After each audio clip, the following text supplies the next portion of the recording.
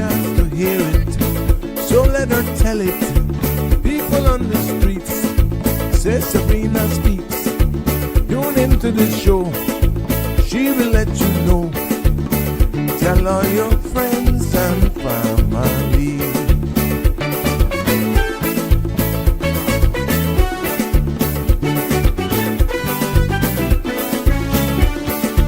Real talk is no joke.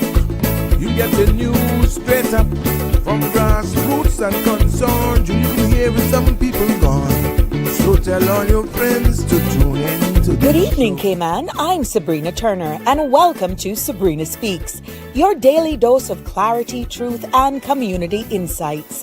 Every weekday from 5 to 6:30 p.m., we're tackling the issues that affect you, from national headlines to grassroots concerns.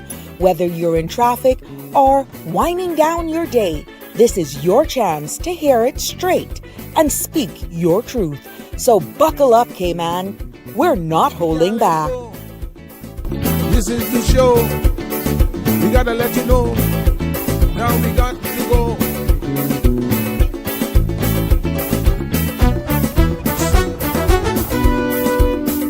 And now here's Sabrina.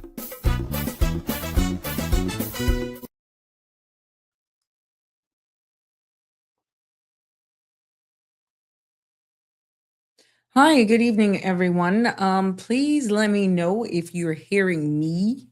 I am not hearing anything through the board, so I am hoping that I'm coming across live and clear that you're hearing me. I don't know what's happening. That's what happens when you start off a new week, got your entire day planned, but I am hoping. Please give me a thumbs up if everything is okay on your end and you're hearing me, because for whatever reason, I'm not hearing anything coming through the board. I'm just trying to get things here sorted. Yeah.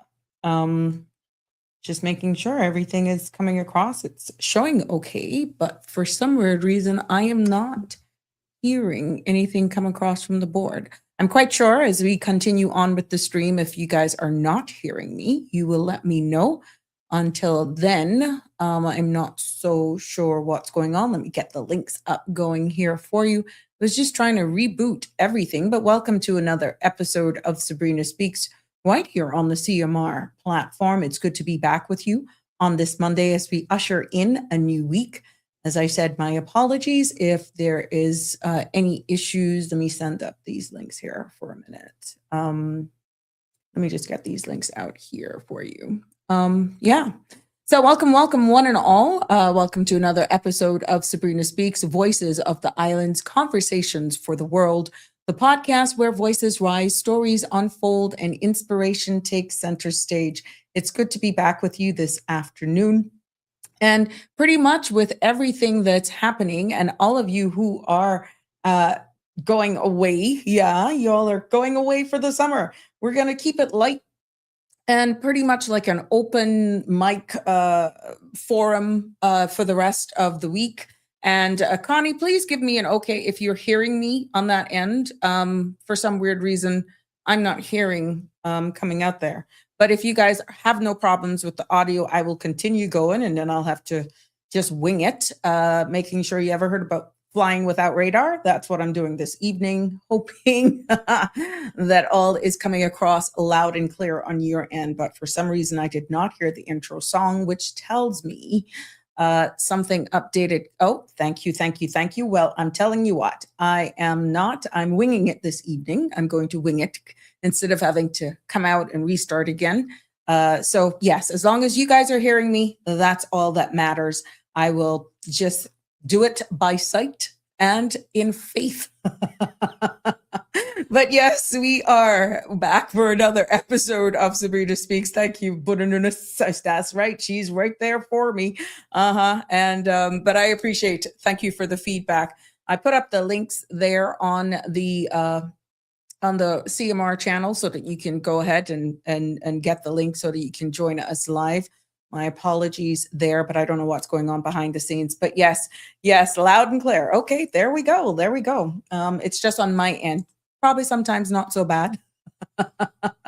But yeah, starting off a new week, new challenges, and it's just how you deal with it. You just take it one step at a time, take it step by step, and I'll do the whole reboot again, only after 7, hoping that it holds up for me there. And should we get any calls or anything like that, everything is lined up here. And you guys will be hearing them. But that's how it goes here sometimes. You just do what you got to do and you still show up. Yep, it's a happy Monday here in the beautiful Cayman Islands, and it's another episode of Sabrina Speaks. Like I said, we're smack in the middle of the summer holidays. A lot of you are traveling. A lot of you are planning on going or just making those last minute preparations. Who's not going at the beginning? Definitely. Let me tell you something. Everything, I'm going to talk about that in a second, Connie. I see your comments.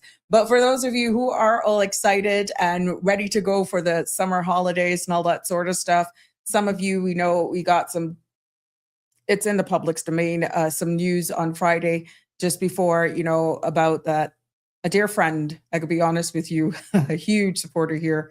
And you've seen it on social media, Patrick Watler there. And my sincere condolences go out to the entire family there. Patrick was a huge supporter of myself.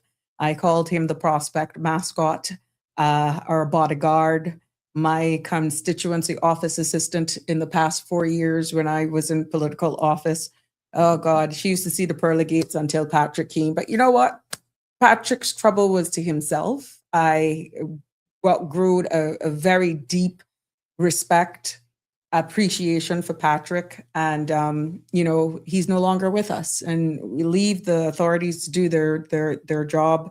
But that hit me, and it has hit everybody over the weekend. So yeah, I navigated that and just came to grips with the reality of the sad news of hearing his passing, and I couldn't help but to go back to some of the images, some of the pictures and videos that we had. And to be honest with you, although the entire family, all of the persons who were around us in during that time at that office, we only had good memories of Patrick. I mean, he pressed every button. He did everything, but he was always there. Every Christmas drive through, Patrick was on that float with me and the crew. For all of the events that we had, he was there. For all the summer camps, despite, some of the kids, Patrick is Patrick, they may have been a little, I'm not so sure about him. But after a while, he just mellowed out, and I didn't have no problem with him. Only one time he almost burned down my constituent's office, lighting fireworks. Oh, dear Jesus. But the funny thing is that there was never a downtime with Patrick Watler. No, we couldn't. And all the pictures that we saw, all we could do were laugh. That was exactly the relationship that we had with him. But, my thoughts and prayers go out to his entire family. I know a lot of the family, and but the relationships, and even the yard right next to what was the Prospect constituency office, now the Red Bay constituency office. There are tenants there that has hung with him. Anybody in the Macross Poulet area, Marina Drive, would know Patrick, Miss Ramjeet, and all those gentlemen over there. He's missed. He is missed. And just a couple of days ago, they were asking me about, my family was asking, when last you saw Patrick? And I must say, I saw him walking along Marina Drive, but I didn't realize that he had moved out of the area. And that's what I'm getting. But my thoughts and prayers go out to him, to his family, and his immediate family, everyone who has had some sort of relationship with Patrick. And I know for sure that he was missed, because of course this is a year and change now since I've not been in political office. But I know the rapport, the relationship that we've had during that time. And I only have fond memories of him. He was a very talented carpenter. Don't make them 3, 4, 5s fool you. And I mean 3, 4, 5s, don't make that fool you. Patrick was no fool when it came to carpentry and even certain works. Now, if you caught him on a good day, good to go. But Patrick's issue was Patrick. And we adapted very quickly with respecting him and just getting to know him for who he was. And he worked out well. He was in that yard all the time, like I told you, every event. And he was a huge, huge, huge supporter of myself during that time. So that news hit us all. And like I said, to tell you that it didn't stop me in my tracks, it did. Because of the relationship that I developed with him. I'll never forget it. I was in town one day and coming up somewhere along Eastern Avenue. It was actually in the vicinity of Swamp area. I was coming from Kirk's, and he was somewhere there with a plate of food in his hand, and he know my car. So far, Patrick could spot me a mile away.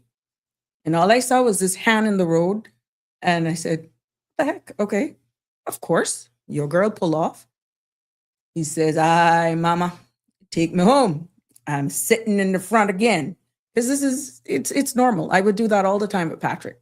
No matter where I'm going, I would take Patrick wherever it is. Once he see me on the road, I couldn't pass Patrick.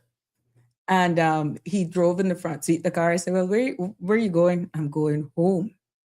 I said, "You got food?" "Oh, yes. I just need one little cold one now." I said, "But I ain't stopping. I ain't stopping." He was so proud. I said, "Put on your seatbelt before you make police stop me." He says, "I am the sheriff from town. They can't touch you, my princess." But that is Patrick. That is just Patrick. I said, "Patrick, I am not moving unless you put on your seatbelt." "Okay, then. Okay, my darling.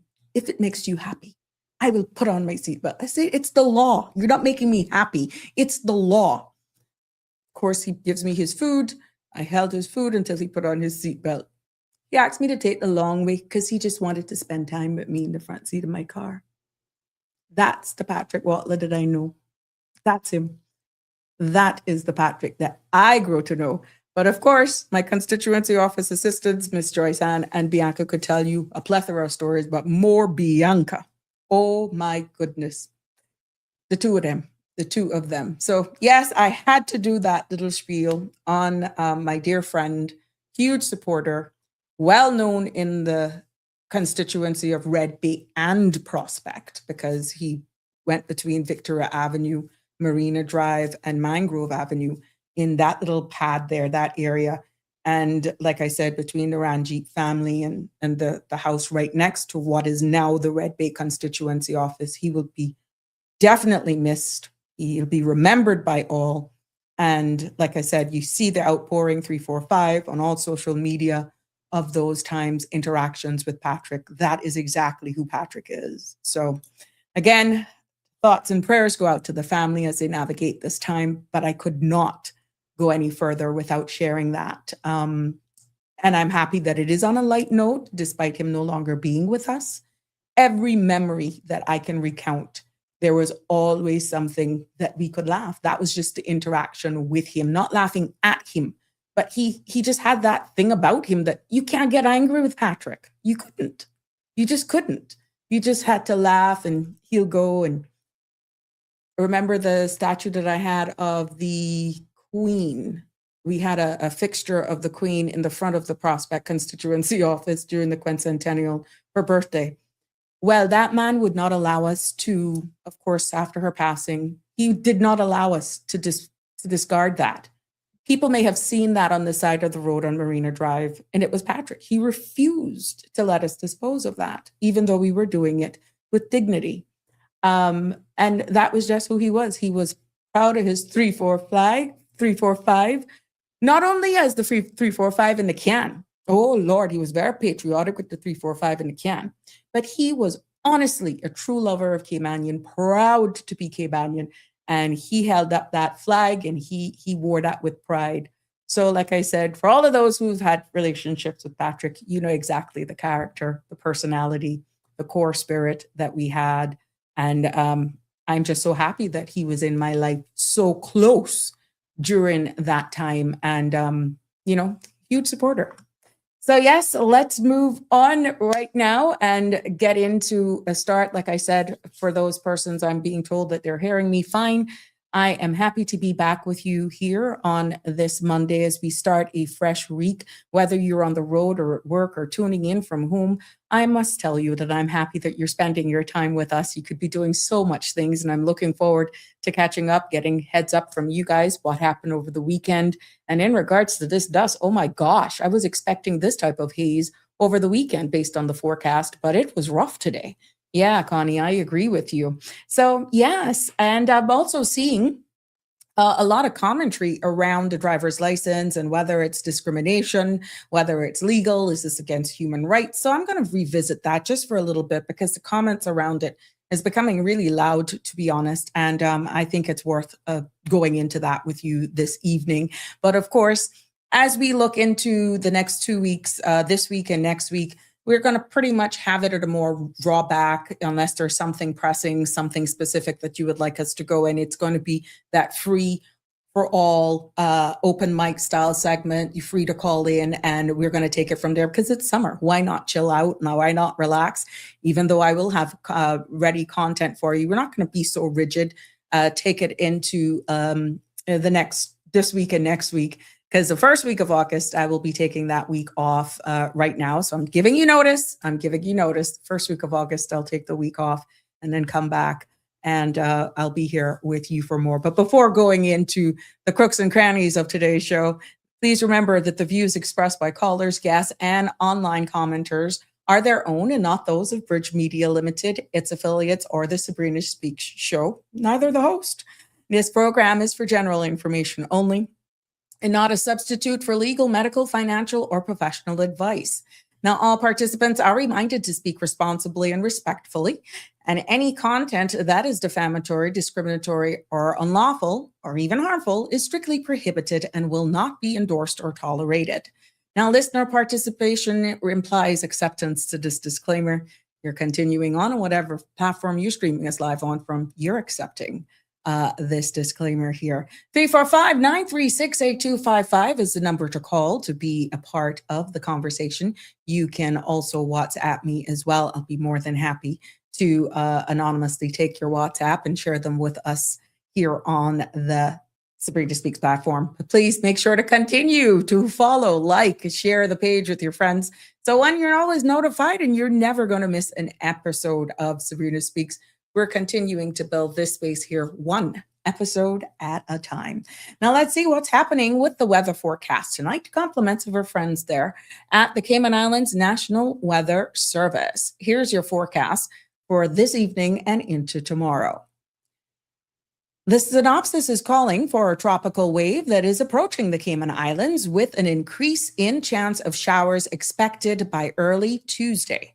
Upper level conditions could lend some support for the development of a few isolated thunderstorms.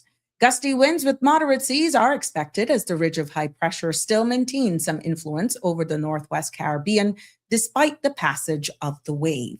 Now, the forecast for tonight is calling for partly cloudy skies with a 20% chance of showers and thunder.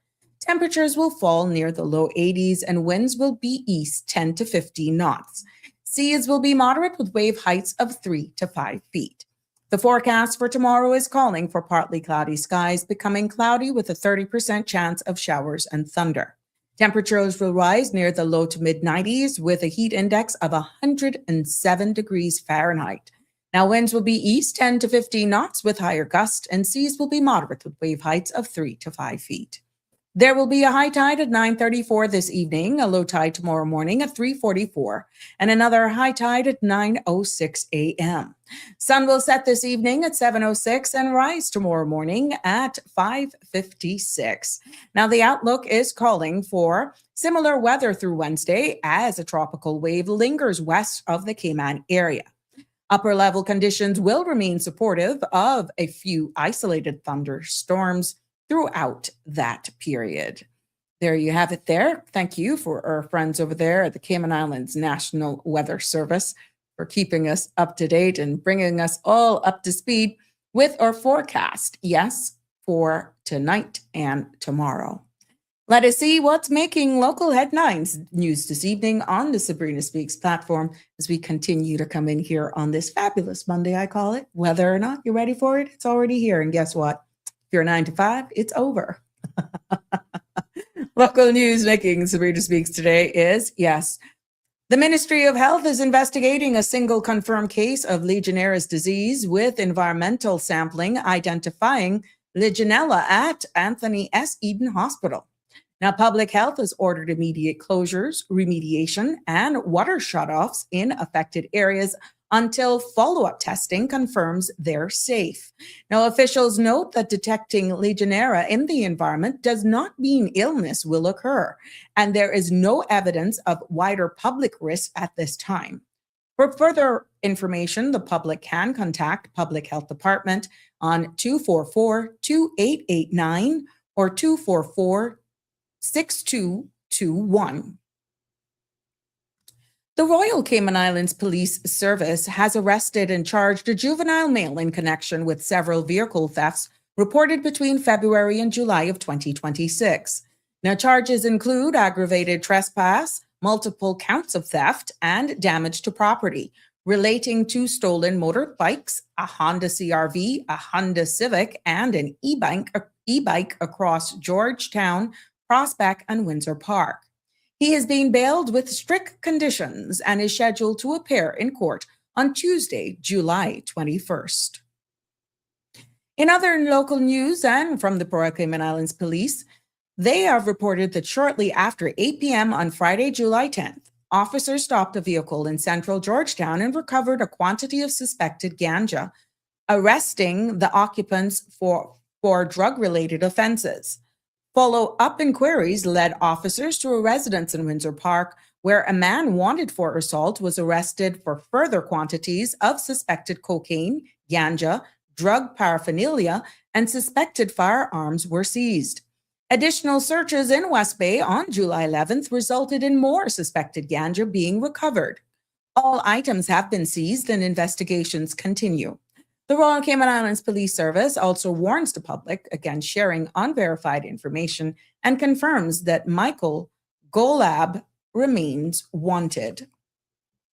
In other local news, we see where Juliana Myers has been crowned Miss Universe Cayman Islands 2026, earning the chance to represent the Cayman Islands on the global stage later this year. Myers impressed judges with her poise, confidence, and cultural pride throughout the competition. Organizers also recognized the strong performance of all contestants, noting their dedication and professionalism. Myers now begins her year-long reign as she prepares for the International Miss Universe pageant. A routine mosquito control inspection turned into a life-saving moment when MRCU officer Vondante Leslie noticed a resident in distress and called emergency services. Now, the woman known as Miss V was struggling to breathe, and Leslie stayed with her until paramedics arrived. She says his quick action and genuine care made all the difference, and he later checked in on her recovery. MRCU leadership says Leslie's response reflects the department's commitment to public safety and people-centered public service. As we wind down the local segment here, we see the Cayman Islands has been nominated in Recommends Reader's Choice Awards for the Best Overall Destination Caribbean. The nomination highlights the island's commitment to exceptional service and unforgettable visitor experiences. Voting is open until 19th of August, and supporters are encouraged to cast their vote online. Now, this recognition reflects the strong partnership between the tourism sector, industry partners, and the community.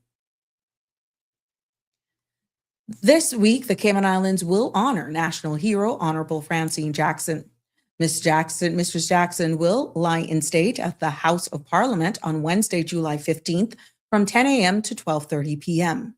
The official funeral will take place on Friday, July 17th at 4 p.m. at the Wesleyan Holiness Church in West Bay.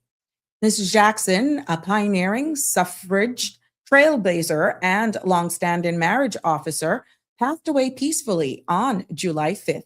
She was one of the phenomenal four who stood in the 1959 general election, helping reshape Cayman's political and cultural landscape. And she received the Gold Medal of Merit in 2013 and was named a national hero back in 2025. As a mark of respect Flags will be flown at half-mast on all government buildings from Wednesday morning through the end of the day of the official funeral. Members of the public are invited to attend the Line in State, and both events will be live streamed on CIG YouTube channel and CIGTV.com. As we turn our attention into what news is making regional headlines this evening, we see where UK Prime Minister Keir Starmer met in Paris for the final session of the Coalition of the Willing, a group first formed in early 2025 to support Ukraine and strengthen European security. More than 25 nations now participate, and the UK has joined the EU's 90 billion Ukraine support loan to help Ukraine access military capabilities while supporting British defense industries. Starmer said that the coalition has overcome major challenges together and reaffirmed that Britain will continue to support Ukraine and increase pressure on Russia. Over in Jamaica, we see law enforcement officers are urging prospective buyers of used vehicles to carefully examine vehicle identification number before completing a purchase. As reported by Jamaica Gleaner Detective Sergeant Dave Francis of the Stolen Motor Vehicle Unit, says proper VIN checks can help prevent buyers from unknowingly purchasing stolen or altered cars. Police, however, are encouraging the public to verify all vehicle details and report any suspicious listing. Also, GBN News is reporting that Buckingham Palace declined a request for King Charles to sign a post-Brexit agreement at Windsor Castle, citing concerns about stepping into a political minefield. Palace officials advised that hosting such a signing could blur constitutional boundaries, as the monarch must remain strictly neutral in political matters. Now, the decision underscores the palace's continued caution around Brexit-related events and its commitment to avoiding any perception of political involvement. And also today, we see it was a royal family affair at Wilmington. Early today, as the Wales family arrived at the Royal Box and for the men's final, Prince William and Catherine were joined by Prince George and Princess Charlotte, taking their seats to a warm reception from spectators. Now, their appearance added to the excitement surrounding the championship on Sunday and marking another high-profile moment at the All England Lawn Tennis and Croquet Club as fans gathered for the final match of the tournament. Now we turn our sights to the markets closing for today, because global markets closed mixed today as investors reacted to shifting energy prices and ongoing geopolitical concerns. Now the Dow ended slightly lower, with the S&P 500 and NASDAQ showing modest declines, led by weakness in the tech sector. European markets posted small gains, with the FTSE, DAX, and CAC all closing in positive territory. Oil prices moved higher, adding pressure and transportation on manufacturing stocks, and Asian markets were volatile, with several indices finishing sharply down. Now that's your market for today. And yes, it is another episode of Sabrina Speaks right here on the CMR platform. And for all of you guys who went out over the weekend and took in all the FIFA matches, here's what's coming up, because we're on the home stretch of the FIFA World Cup of 2026 with the semifinals lineup officially set. Yes, France will face off Spain on Tuesday. That's tomorrow at 3 p.m. Eastern Time, followed by England taking on defending champions Argentina on Wednesday, July 15th. Yes. Now, the recent quarterfinals showed strong performances from all four sides, with Spain, France, England, and Argentina advancing after hard-fought wins, even some controversy. With only days left before the final, teams are managing fatigues and injuries and momentum carefully as the tournament reaches its very decisive stage. And I don't know about you, but I, for the first time throughout this whole season, went to Salty's, and I took it in with family and friends. That was Saturday evening? Oh, yeah. The vibe was different. Can you imagine? Some of these venues only have standing room on the inside, but it was really good to just go there, feel the energy. And I had some fun with some guys that were sitting at the table by us. Of course, we're all, you know how we are here as island people. We just go out and we grab a chair and we sit down, and we were just there, just having a good time. And when one of the teams scored, they were just out of their seats. So I said, hold on. You are for that team, hiding in plain sight. But that was so cool because all along I thought they were for one team, assuming that's why you don't assume. And actually, they were for the other team. And, one of the things was you cheering for the best of two evils. My team is gone, but I'm going to be cheering for the best of two evils. They were not in any jerseys for sure, but I can get it. But they were hiding in plain sight. That's why you got to be careful. Got to be careful what you say. But it was just all good fun. And I must say that I had a good time with family. It was getting out. And but yeah, for some reason, I still prefer doing it at home. That's just my liking. But it was good energy. I could be honest with you. I'm not gonna shoot it down. It was really, really good energy, good vibe. And kudos to all of the vendors out there who are taking advantage of this opportunity to give people the choice. I mean, the kids were there. It was a good family event. And Salties is close to home, so why not? Happy birthday to all of those persons who are celebrating a birthday today and who may have celebrated a birthday over the weekend. From all of us here on the Sabrina Speaks platform and family, we want to celebrate that with you and wish you many, many more. And same goes out to all of you who are maybe celebrating wedding anniversaries or you're just celebrating life. Hey, we got to be so thankful. And we celebrate here along with all of you. We are celebrating here with you as well. Like I said, we have those who are amongst us that are mourning the loss of a loved one. Our thoughts and prayers go out to you as you navigate this time for sure. 345-936 is the number to call today to join in if you want to weigh in or let us know how you spent your weekend. Do you have your projections as to who's going to take home the World Cup? Or are you just going to sit on the fence because it has been that unpredictable? Yeah. I'd love to hear from you. I would really love to hear from you. Let's see what's happening at the community announcements. And then we go straight into sharing. Some people were out of sight in Mango Bush again, and had the audacity to send the beautiful pictures. But yes, let me just get you up to speed with what's happening in and around the community, because the Department of Counseling Service and Family Resource Center are hosting a free Monique Burr Foundation safety workshop for children and teens. Now, the sessions for ages 8 to 11 and 12 to 15 will teach practical skills to help prevent bullying, abuse, unhealthy relationships, and digital dangers. Now, this all takes place on Tuesday, the 29th of July from 8:30 on till 12:30 at the Adonis House on 4th Street. Now, these workshops are free and refreshments will be provided. So the QR code is here on it for you to just capture that. And like I said, this is the first floor at Adonis House, that's 75 4th Street, 100% free. And like I said, refreshments will be provided. So we want to make sure that we let you know what's going on. Can't say you didn't hear it. And if you didn't, you heard it then. We want to see where the National Roads Authority here will be doing some nighttime paving. Yeah, but no, not that one. There we go. Yeah, there are going to be some nighttime paving at the CUC roundabout, and that's beginning from midnight tonight. That's starting from tonight at midnight and continuing through July 24th.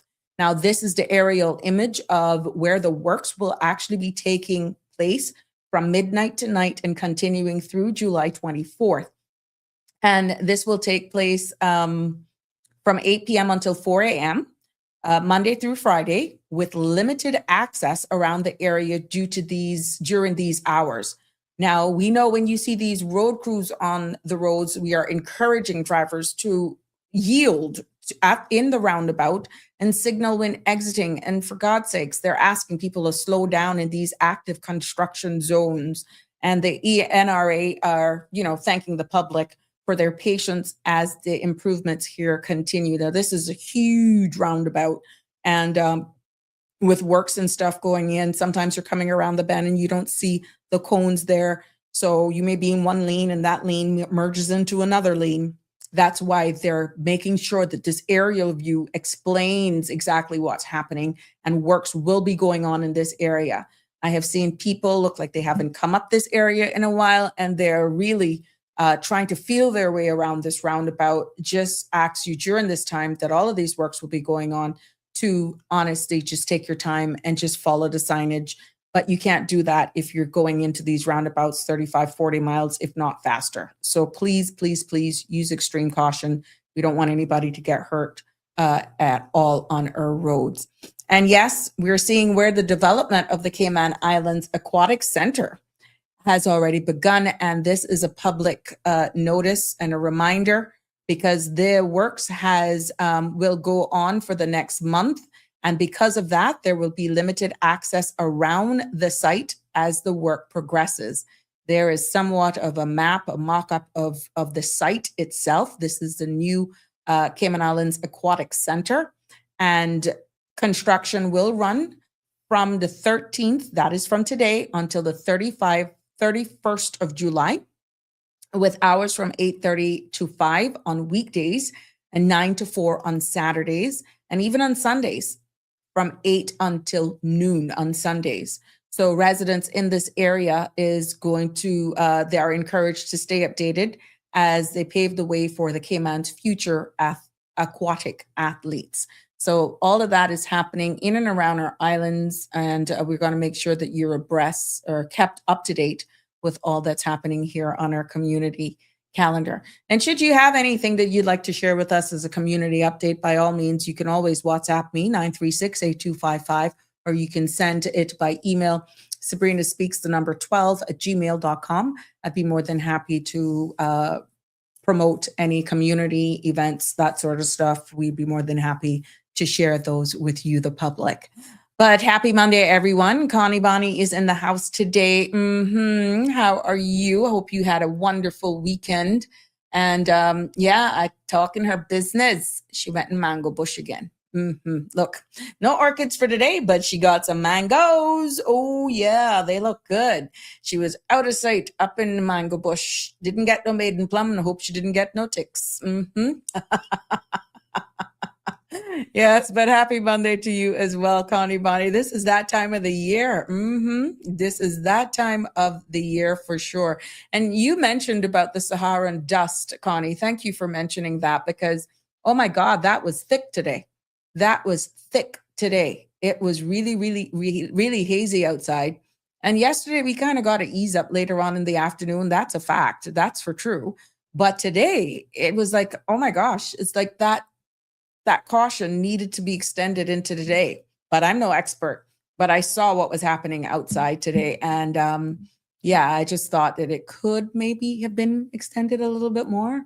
But yeah, just hoping that everybody takes caution. I popped into the supermarket on Saturday, and there was a lady, she was really, really congested, speaking to another lady. And I was like, you got a cold? You got something? When you checked it up, the lady was having a serious allergy attack from all of the allergies. And quite a few people that I bumped into on Saturday were having issues with their allergies. And I know it's all this dust, but you got to do what you got to do. You got to go out, you got to run your errands.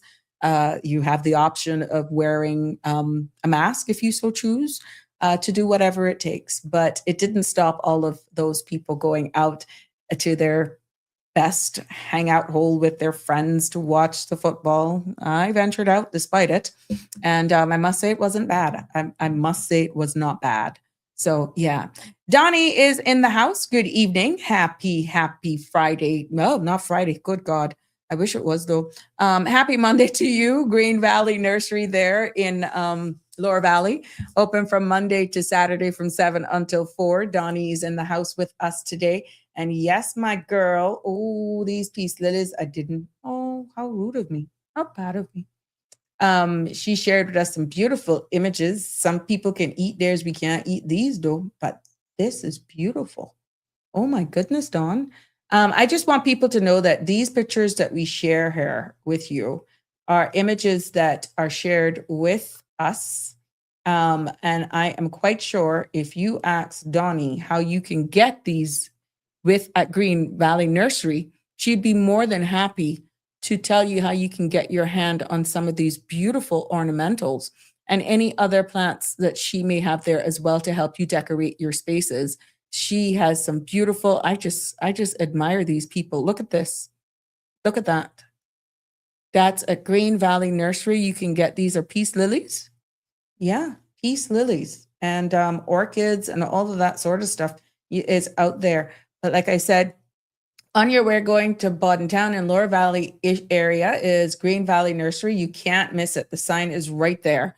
If you want to get your hand on some of these beauties, you can go and pay them a visit from 7 until 4 in the evening. Maybe you want to just grab, instead of going up in the traffic and sit in your soul before you get home, pull off and visit Donnie between those hours, Monday to Saturday, and see how she can transform your space with some of these beautiful ornamentals, unlike some people who rambles up in mango bush. Yeah, well, I guess according to Andrew, you can eat these, but hey, nothing wrong with decorating a nice space.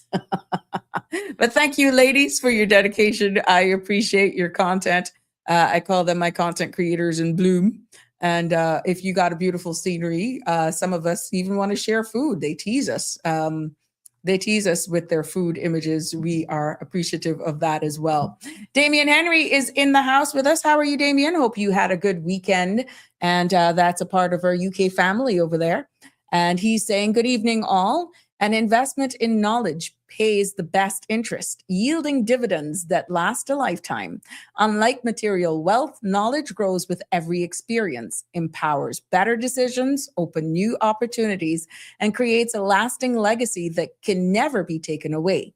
It is the one investment that continues to enrich both the individual and those around them for years to come. I tell you, Damien, oh, you got a words, man. You got a lyrics. You got the lyrics. You dangerous.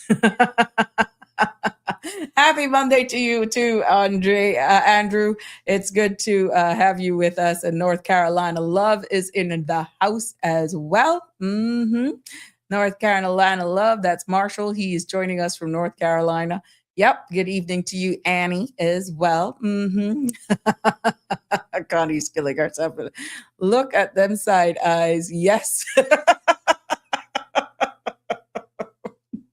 Oh my goodness, that is something else. But it's good. It's good to be back with you. Like I said, I've been following, let's just get into it. And again, feel free. Feel free. We're going to be easing into all of these episodes for this week and into next week.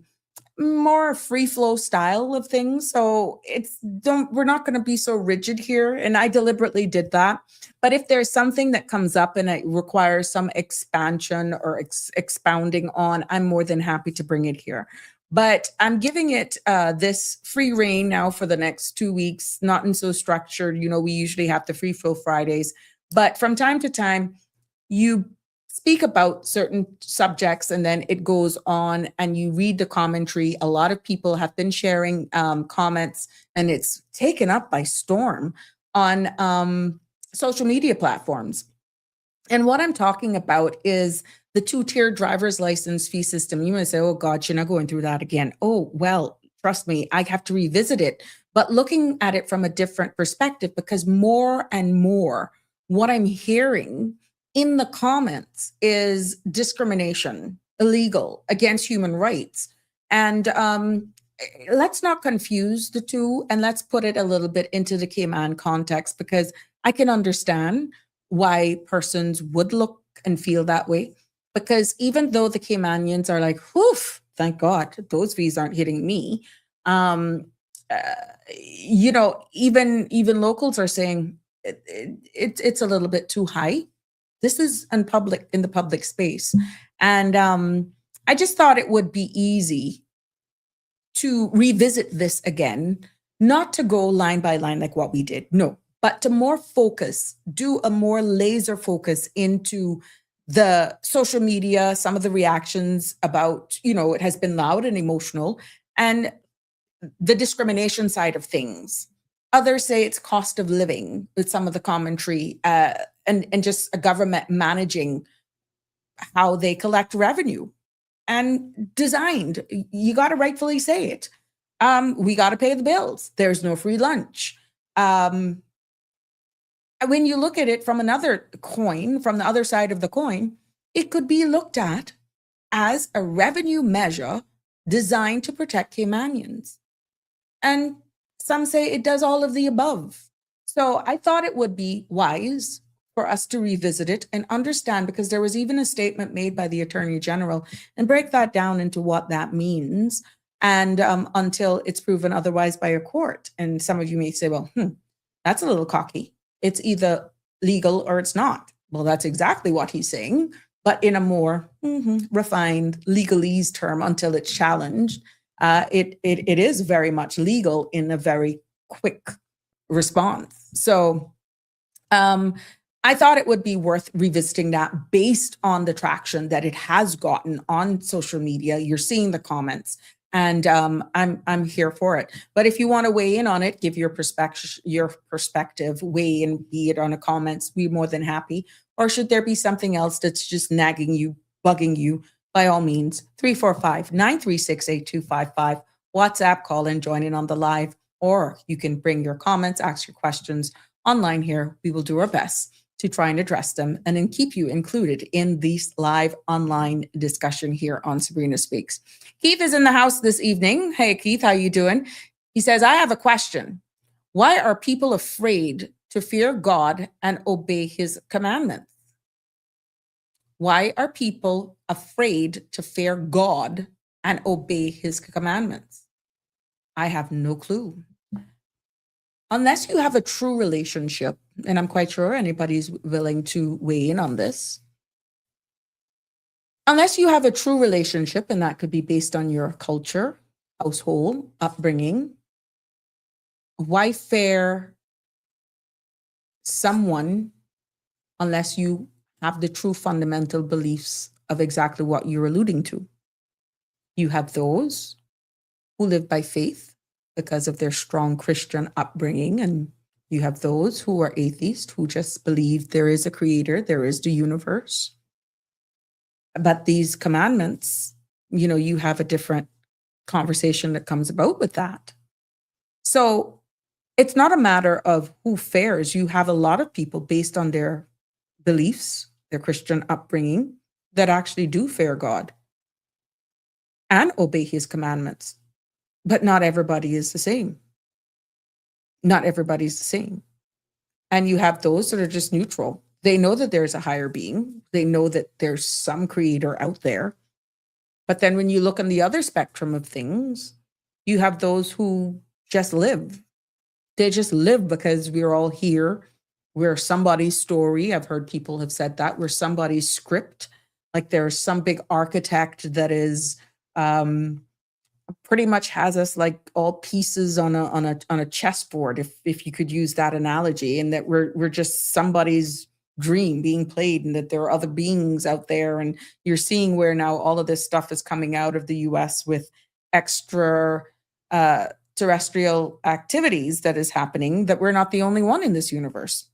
So to say, why are people afraid to fear God? Why are people afraid to fear God? Meaning, why aren't they fearful of him and obey his commandments? Because people have choices. When you look at a certain age right now, Keith, and you look at even the Gen Zs and all that sort of stuff, very few in that percentage. They may have a Christian upbringing, but I can assure you, check the children of the 60s and the 70s and maybe the early 80s who had to attend church. Can you say that that is the case of the 1970s, 80s offspring, that they mandate their children to go to church? No. It's a difference. Big difference. And I think now with social media and all of the online thing that started from the time we actually went into lockdown, you have persons who are immunocompromised and all that sort of stuff. This thing of watching church service and being a part of a congregation through online platforms has even further diluted. We have, in many cases, some of the congregation have seriously dwindled down because of, I can say it, oh yeah, rollover, people migrating, and we're seeing fluctuations in numbers, even in how our congregation looks. So to me, general, it all depends on what your background is like, your culture, where you're from. Here in the Cayman Islands, we are founded on true principles. We're saying we're a Christian nation. I, for one, was raised up in an Adventist home. Those teaching does not come away from me, but you will never find me ridiculing any other person. You will never find me ridiculing. Each person has their choice to make, because at the end of the day, based on my beliefs, if once revelation fulfills, the Bible, that was my teaching, everybody has to stand and give account for their own actions. I'm not going to criticize you for your upbringing, your teaching, nothing like that. And even though I'm an adult, to say that I'm following my truths, beliefs as a true Adventist, despite me knowing the different, no, I have slipped. I've slid, but I know my heart. Oh yeah, I know my heart. And I will dance and I will have a little adult beverage there too, but I will never go to the point where I'm drunk. No, no, no, I will never do that. But that's my choice. I know my heart. Whether or not I congregate every Saturday, no. I'm ashamed to say it. I can't remember the last time I went to a church service. It is the truth. But my kids have their own relationship with their God. One is more into it, and the other one, he is one of those that he believes there's a God, but in his own way. But they know the principles of my home.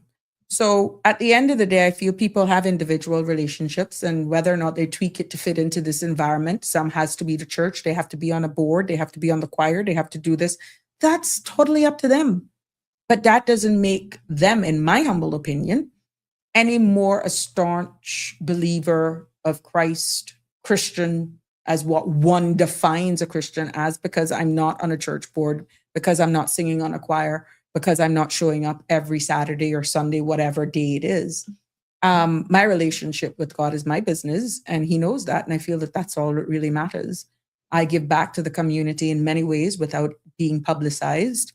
And you even have some people that are questioning the 10% of your wages for tithes and offering, but let God judge that person if they're doing untowards for it. So I know that's going down into a rabbit hole, but to say broad, I feel it has to do with your upbringing, your culture, where you're coming from, and whatever beliefs you have.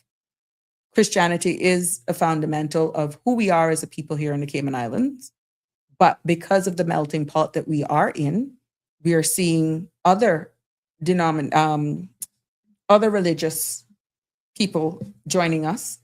And that's where we're having the mixture, which is why we're grappling right now, going back here with this topic of Sunday trade. If you're saying we're an inclusive society, then what for those non-believers? Cayman Forward, I'm hoping, will actually be addressing a lot of these stuff, and then we'll go into that a little bit deeper to see if that even dabbled on Christian beliefs, faiths, opening up the balance of Sunday trade, or just business versus religious belief, and remaining grounded in our principles and our foundation. So let's see where that goes. Live Happy is with us today. It's our country. We have the right to change the rules to suit us as we wish. Aren't we sick and tired of people telling us what to do? We must put our foot down and keep it down. Well, that has to be something in unison. And I totally agree with you, Live Happy. But for far too often, what we see is that only a few will stick their necks out. Only a few will be very vocal. Only a few will be to the front line and speak their mind, be honest, give their opinions, because a fair, which we can all, I guess we can only bring it down to that, of speaking publicly. Again, the downside of a small island development state where you have to be careful who you associate with, you have to be very careful with your political alignment. That could be the difference in you being able to earn an income, getting a job, obtaining a contract. That could make or break your business. It is just the environment that we're in and some of the disadvantages of being a small island development state. But I totally agree with you. But you can't expect only commentators to be doing the heavy lifting, because that is not a true reflection, in all honesty, of nationally how people feel, save by a voting system, referendum, and even these petitions. What happens? I got a question from a WhatsApper. What happens to the petitions? Yeah, you get an idea, but at the end of the day, then what? Not me. That's a WhatsApper. What happens after that? But I agree. But you cannot make only certain outlets that come respectfully, bring hard-hitting topics, be the one to carry the heavy lifting. That is not a true reflection of national sentiment on any particular topic. And until we get out of that, where the silent majority no longer be silent, but even in a unified way, you don't have to riot, you don't have to instigate fights, that sort of stuff. You understand? You could do that in a way that is so professionally done, but it gives a clear advantage. You could do it without blaspheming. You could do it without name calling or becoming very dirty. And the message will be sent. But if you have to just wait every 4 years to make your voices heard and known for only those who put themselves up for political office to say, well, this is what I'm going to do because I wasn't pleased. No, that's not it. That's not only it. Because some of the change makers may never, ever put themselves up for political office, period. But the decision makers who are elected to office get some sort of a roadmap, guidance as to a national sentiment.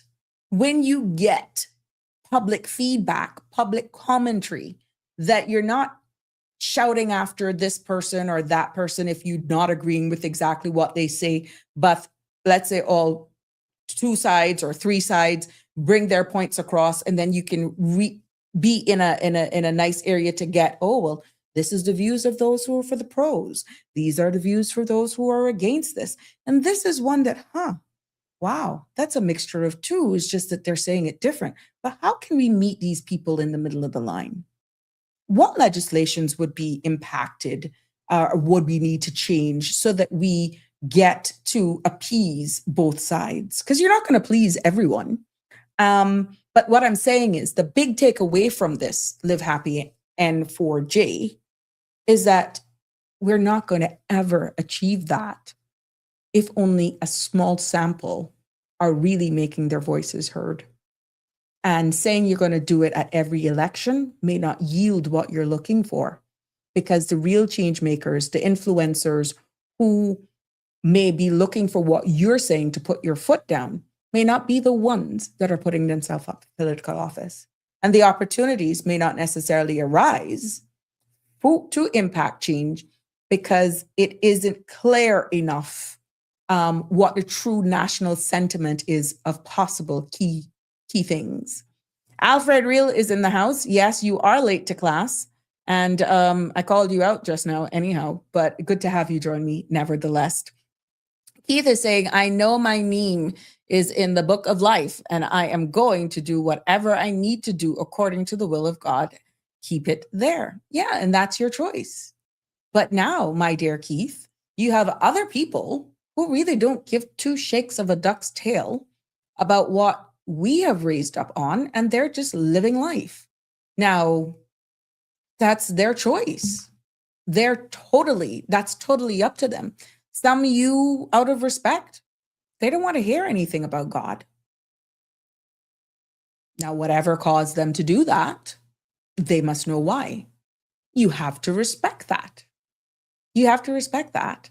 But this thing of pushing this down people's throat, I think people have a right to choose whatever they want. Whatever they want. I would never blaspheme against an atheist. I would never blaspheme against a Catholic. I would never blaspheme against a holiness person. Never. That's their choice. I've said it publicly over and over again where I was raised up in. Now you look at me, you see me out. If you see me out having a good time, you would never say, oh, she's an Adventist and that's how she's carrying on. Don't judge me. You don't know this. Only that man know this. Hence, don't judge. You may choose to live your life how you want. That's totally up to you. We have to respect you. And I feel too much is far left, far right. And at the end of the day, you read the good book. Every man has to account for himself. I ain't gonna lose my soul because you going this way and I going that way. Oh no, I'm responsible for me. And that's my personal relationship with him. Now, if I don't look, or if I don't fit the role or the look of what you see as a staunch or what you expect, let's say an Adventist to look like that on you, I know my heart. Going to church every Saturday, every prayer meeting and being on every board don't make you any better Christian than me because I know me. And to each his own at the end of the day. But one of the things I don't try to get involved in, I can be honest with you, is religion. No, that and politics, you got to be careful. But politics automatically follows me. Even today, I met up with a very good friend and I'm so happy to catch up with him.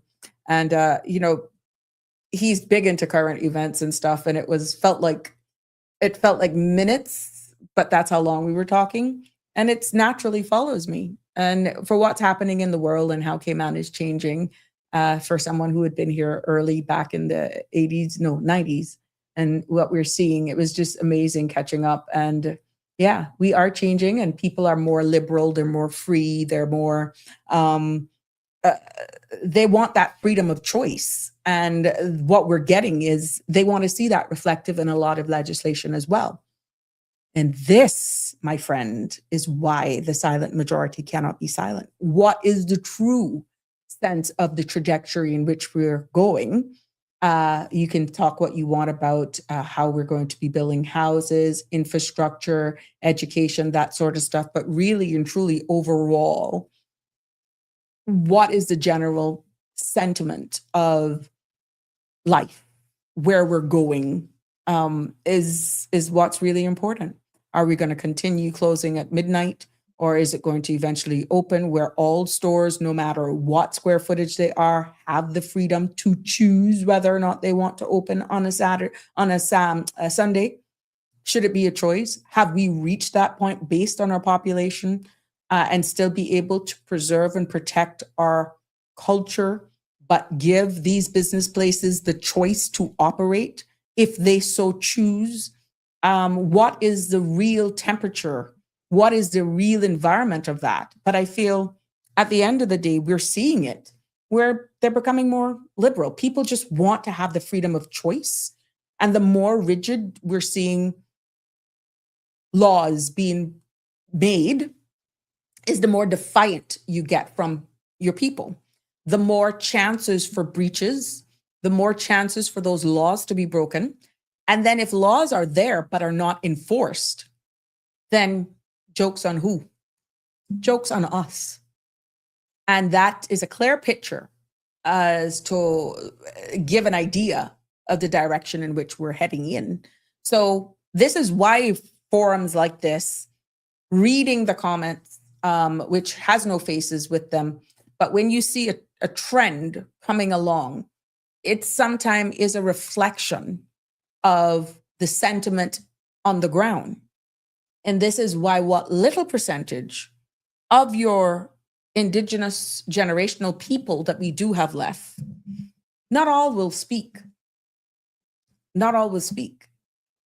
And that is that will get hidden. Sorry about that. That will get lost at the end of the day because we choose not to speak on things that is very important.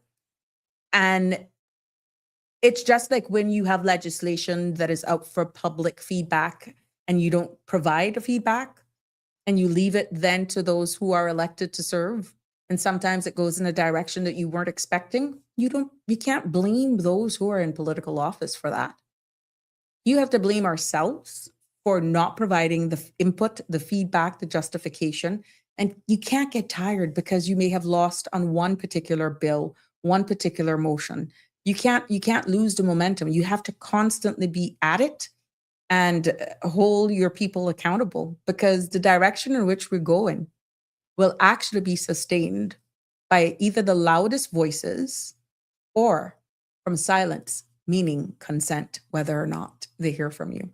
So I think we're at a crossroads here as a jurisdiction, and it's very important that people find their voices, trust the system, be more, how can I put it? Because not everybody's going to speak publicly, but a lot of people are very opinionated, but in the shadows. And they will send somebody else to do the grunt work for them. They will send somebody else to go and speak on a topic, and they're fearful of speaking out for themselves, which is hard to gauge.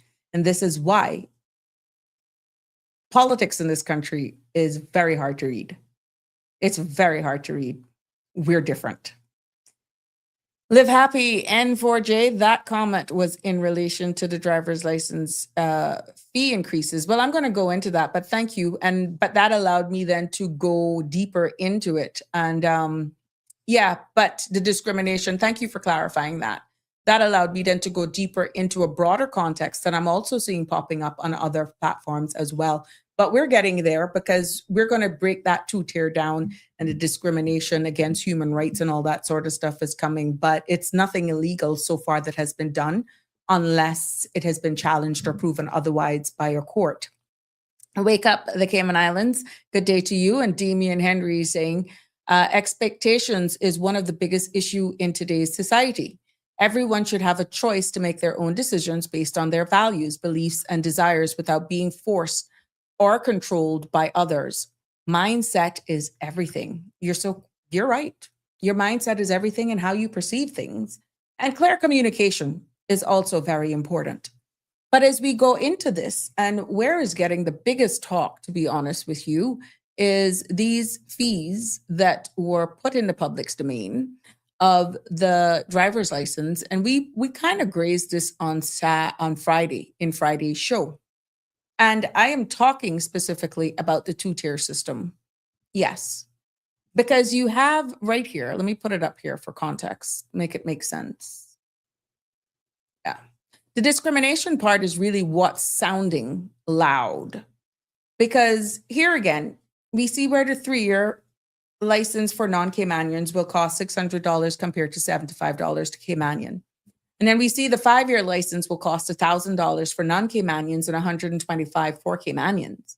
The 10-year license will cost $2,000 for non-Caymanians and $250 for Caymanians. Then we see the driving tests, $200 for non-Caymanians and $50 for Caymanians. Now, non-Caymanian spouses, as we stated, and as in the public's domain, and civil partners of Caymanians qualify for the Caymanian rates now. So you can be the spouse of a Caymanian, do not yet have Caymanian status. You will be paying the Caymanian rate. You may be the holder of an RERC and even your dependents, but do not have status yet. Once you are a resident, these new fees now will be applicable to you. And as we shared here, that the government is expecting $9.6 million annual revenue if this holds. That's what's forecasted. So, the rationale behind all of this, based on the perspective of looking at it from discrimination against human rights and all that sort of, which I'll break that down. The rationale was really to protect Caymanians from rising costs, increase government revenue without burdening Caymanian households, And it also aligns the fees with the 2026-2027 budget strategy that was tabled on the floor of Parliament. They told you all that this was coming. Now, we've seen where it was only strictly for Caymanians, and then we had the public feedback and pushback. Well, it's going to impact my husband, who is not yet Caymanian, but he is RERC. That's going to impact her household. And now the changes that was made from what was proposed, it has been extended to those persons and their dependents who are residents as well. But when you hear the word discrimination for this, let's understand whether this is discrimination. And because of that, I'm seeing this word being used very loosely for this context. And let's just try to break it down as best as we can. When you look at legal discrimination versus social discrimination, it's two different things. And I think that's what we are having to zoom in on here. Because legal discrimination for this context refers really to legislation, refers to laws or even policies that treats groups differently based on characteristics such as their race, their nationality, their gender, their religion, or other even protected traits. But not all legal distinctions are unlawful, okay?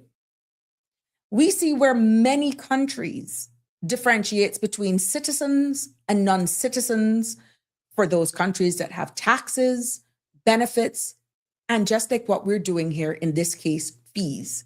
Many countries differentiate between its citizens and non-citizens, okay? Now, when you look at social discrimination, because it's the difference between the two, that is about perception, how it may appear, how people are treated, and people's lived experiences.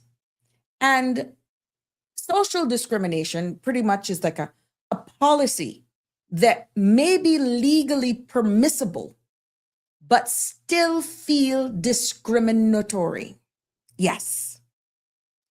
You may still be felt discriminated against because of those specific persons that are affected. Now, we can dig deeper into this and even go as far as human rights standards in this context, because under international convention and even on a civil and political rights platform, we have seen internationally where governments have the right, as I alluded to treat citizens and non-citizens differently if the distinction is based on reasonable and an objective criteria, and if it serves a legitimate purpose. Remember, these fees increases, like some of those even with the immigration side of things, were all a part of the budget, the forecasting, revenue generation, right? And when you have our very own Cayman Islands Attorney General has already made it clear and has stated that there is a presumption, quote unquote, a presumption of legality unless a court rules otherwise. Some of you may say, well, he's not wrong. He's not wrong when he says that. What a presumption of legality means, really, is one, once government passes a law or a regulations that it is automatically assumed to be lawful, enforceable, and valid, right? Nobody, not the public, not social media, not commentators, can declare it illegal just because they disagree with it. Okay? Based on what is said presumption of legality. Number 2, only really a court can decide otherwise, which is exactly aligning with what the Attorney General has said. So if someone believes that the law violates human rights or discriminates unfairly or even breaches the Constitution, it is up to them to take the matter to court. And a judge then reviews the law, and that judge then decides whether it's legal or unconstitutional. Until that happens, my friend, like this, the policy and the law remains in full force. Now, hold on. It doesn't mean that the law is perfect. Just that it's legally standing unless you prove through a court otherwise. So, presumption of legality does not mean that the law is morally right or popular or even fair. It simply means, in this case, that the legal system that governs the Cayman Islands, governs our politicians, governs our leaders and our civil servants, that the legal system recognizes as valid. And until that is challenged, you can't prove otherwise, right? So if every controversial law is considered illegal because of what we're seeing coming out in the comments, the moment people dislike it, then the system in itself would collapse. Yeah. So the presumption ensures really that government can function, that laws can be applied, that society has order in it, and disputes can go through the proper channels if, by and large, everyone has an issue with these laws that we have here. Now, the presumption doesn't block anyone from fighting the law. It just sets the starting point for it. And it's everything else is legal until a judge says otherwise. So for those who are feeling that this is questionable, and the Attorney General has been quoted as saying presumption of legality, this 2-tier driver's license of fees have presumption of legality. What he is directly saying is that our government is allowed to set different fees for citizens and non-citizens, as they have done here, and that the policy in itself is legally valid until someone's filed a constitutional challenge. I can feel the hurt. I can feel the pain on all of the social media platforms. But those opinions do not challenge the legal status of the law at all. And unfortunately, only the courts can decide if the policy crosses into discrimination or even human rights violation in this case. So what this, because some of you feel like, it's just too far off. It's like they're not understanding the impact when the statement of until the courts feel otherwise. This law is in effect and will go in effect as of the 1st of September. And unfortunately, if you think it's wrong, all they're saying, take it to court. That's the proper place that will make the decision. So another one that comes up is it discrimination then? Again,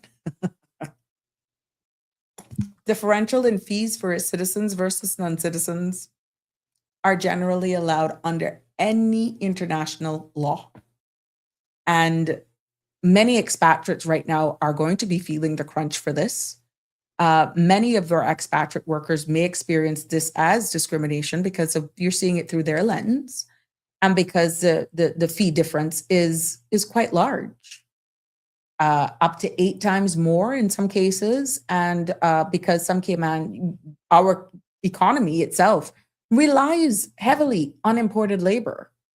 This is why where we're seeing the tension is coming out and why some are calling it discrimination. Some have even said about there could be a breach of human rights.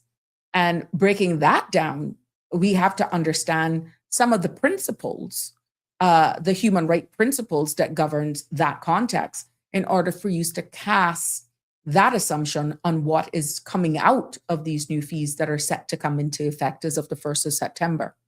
Wake Up Cayman is saying the fees look fine to me. Compare them to other countries. It adds values to the privilege to drive in Cayman. I expect the drivers will drive more careful. Oh, I wish to Christ. I don't see that on the roads. And that was just me being out there today. They're like maniacs on the road. It's like you're in a 40-mile zone and people are doing 50, 60 miles on the highway. I mean, it's like there's no one paying attention to the speed limits anymore. And those flashing lights that shows the speed that you're going, I swear, people just want to see how fast they're going when you can actually do that on your dash, but they like to see that flashing light. And it's way over the zoned speed limits. So I think we have a culture issue here. I think we have a accountability issue here. We have persons who just not respecting what's happening on the roads. And I don't want to go too far down that rabbit hole. And I do not know what it's going to take in order to nab some of these people. But common sentiment that's on the ground right now, only now we have people not paying and renewing their driver's license, licensing their cars, that sort of stuff, which is an issue for persons who may get in accidents and being hit by someone who their car is just not insured or not even licensed.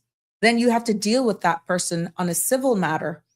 And you only find out that you're operating a vehicle that is not licensed or insured when either someone hits them or they hit someone. And then what? That could be a loss of life. You could change somebody's life for the rest of their life. They could take you for everything that you have and what you don't have just to prove a point. So I feel at the end of the day, the fees may be what they are, but the big question is understanding also the principles of human rights. And is there a breach based on this, based on what commentary we're getting? Live Happy N4J saying there's a difference fees at events, for example. There are different fees at events, for example. One fee for an adult, one fee for children.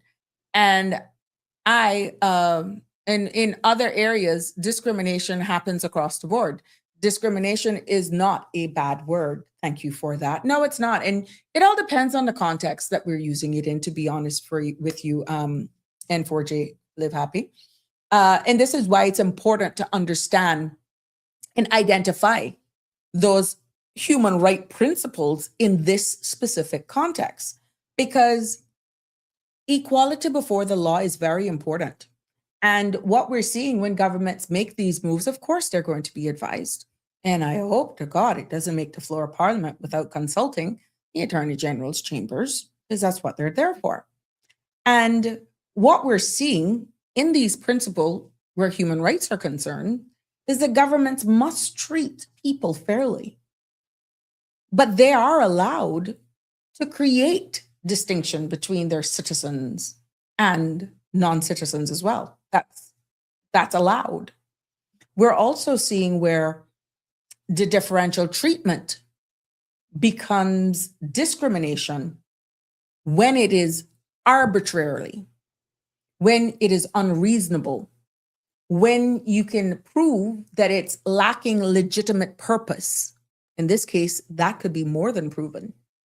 When you can prove that, targeting a specific groups of persons. Yeah.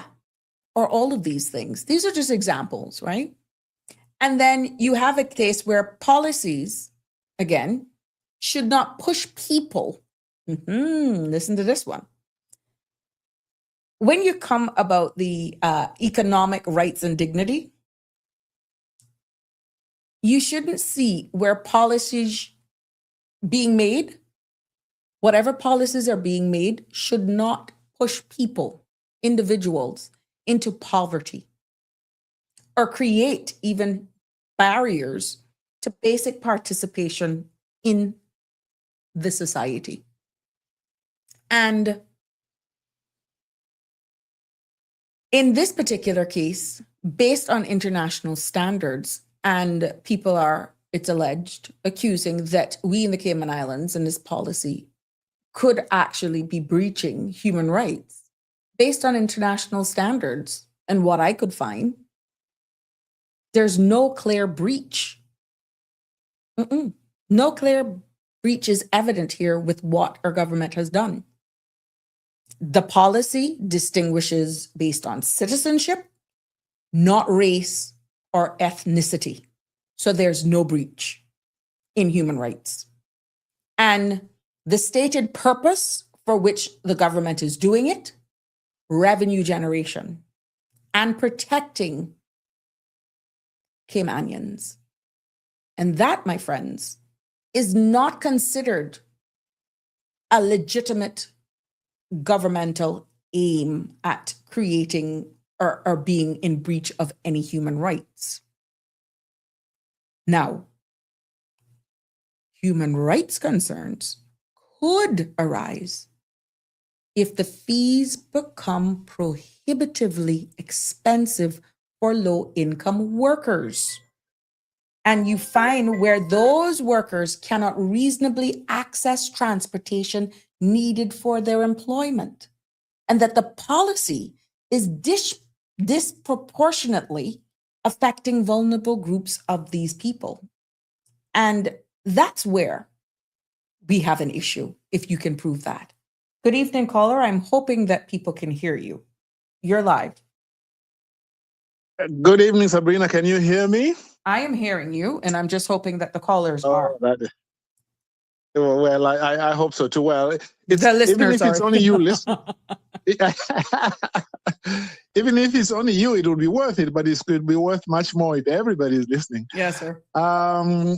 Very, very interesting discussion, and I think it's important, especially that only last week, I think a week ago today, we were celebrating Constitution Day. It's good, of course, to remember what has been achieved up to this point, but also to examine issues such as these, because we see they are issues which allow us to say, okay, are we making progress? Are we not making progress? Or is this just one of those neutral things which we still have to discuss, but it doesn't mean that we are regressing or we are moving forward? The issue of discrimination is, I mean, I've been listening to you last maybe 30 minutes or so. And I like what I hear because it is really addressing the issues, the issues of proportionality, the issues as to whether it is justified discrimination. Those are the things that, if it were to go to court, those are the things that one would have to prove. Would look at. Yeah, would have to prove. Now, in a sense, I'll just be repeating, but maybe saying in different ways what you've already said, but just to give it some examples. See, discrimination per se is not a problem. The law discriminates all the time, so long as there's a justified cause and so forth. But also, there are certain cases where, imagine, for example, you want to run, I don't know, a Thai restaurant, okay? And you advertise, you say, well, I want to employ some people here, but I want people who speak Thai. And I want them, to know something about Thai culture. Now, you can't, that kind of discrimination is justified. Why? Because you are saying, look, this is the product I'm selling. And for this product to be authentic, I need somebody who speaks Thai. So even if that would be discrimination, that's not something that legally you can succeed if you go to court. And in any case, the human rights under the Constitution apply only to government. You remember that? Right. So that even if the government was to run a restaurant, or let us imagine the government was to say, we want to open an office Mm-hmm. In Thailand of somebody employed by government, but we want somebody who speaks Thai. You know, you can't say, well, they've discriminated against me because I'm not Thai, because that is justified. So there's a whole range of justifiable reasons why you might want to discriminate against somebody. The other general point I should make is that, you see, the way you touched a little bit on the conventions, the international conventions. You see, the European Convention against Human Rights, for the protection of human rights, what it says is that discrimination is not a right that is freestanding. Okay? In other words, you have to point to another right in the Bill of Rights and say, you have discriminated against me in relation to, say, marriage, which is a fundamental right I have anyway. Okay? This is why Chantel Day and her colleague, her partner, went to court. One of their claims was discrimination, but they said you are discriminating against us in relation to the right to marriage. Because that right to marriage itself is already in the Constitution. So when you claim discrimination, you must cite the right with respect to which you've been discriminated against. It is not a freestanding right. So that's the thing. So it would be very interesting if somebody wanted to challenge this. Like what they would tie it to. I mean, would they say that, would they say, well, I've got a right to my property, which is the money that you are asking for. And by getting more from me than you are getting from another person, when we are getting the same service from the government, is that a discrimination in relation to right to property? I'm not making the point. I'm just saying. No, I get you.